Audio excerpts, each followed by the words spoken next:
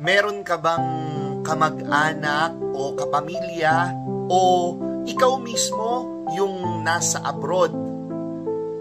OFW ka ba? O meron kang kamag-anak, kapamilya na nagtatrabaho sa ibang bansa? Para sa'yo to. Pakinggan mo. Pakinggan mo. Baka akala mo ay pinupulot ang pera sa abroad. Hindi. Oo, siguro malaki yung palitan. Oo, siguro malaki yung kinikita. Pero ang lahat ng pera ay pinaghihirapan. Ang lahat ng pera ay pinagtatrabahuhan. Sabi ng nanay ko dati, hindi itinatae ang pera. Kaya nga, kapatid, hinay-hinay sa paggastos. Kasi yung perang ginagastos mo ay dugo at pawis ng kapamilya mo sa abroad.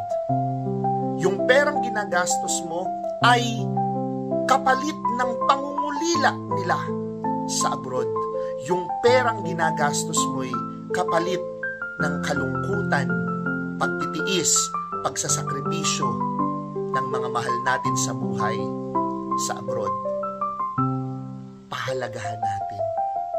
Kung minsan, yung mga kapamilya dito sa Pinas, akala nila nagpapasarap lang yung mga kapamilya nila sa abroad. Tapos kapag ka umuwi pa dito, nag-a-attitude pa. Hindi pinapansin, nagtatampo. Hoy, baka akala mo nagpapasarap lang sila sa ibang bansa. Hindi. Baka akala mo, pinupulot lang ang pera sa ibang bansa. Hindi. Lahat yan pinaghihirapan. At kung naiinis ka dahil wala si nanay sa birthday mo, pag-isipan mong mabuti. Kasi wala si nanay dahil gusto niyang pagtapusin ka ng trabaho, ng pag-aaral. Wala si tatay kasi gusto niyang bigyan ka ng magandang buhay.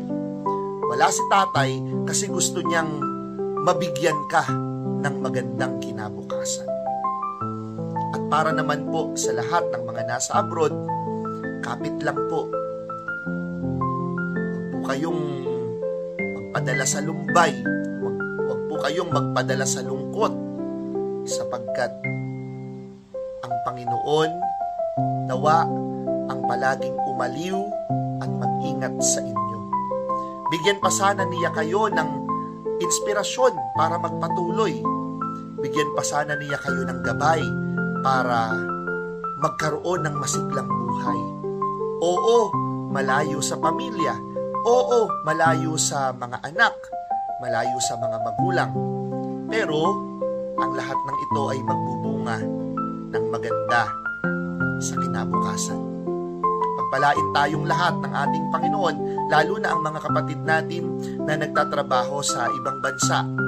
Lalo na ang mga kapatid natin na nagtitiis, nagsasakripisyo sa abroad.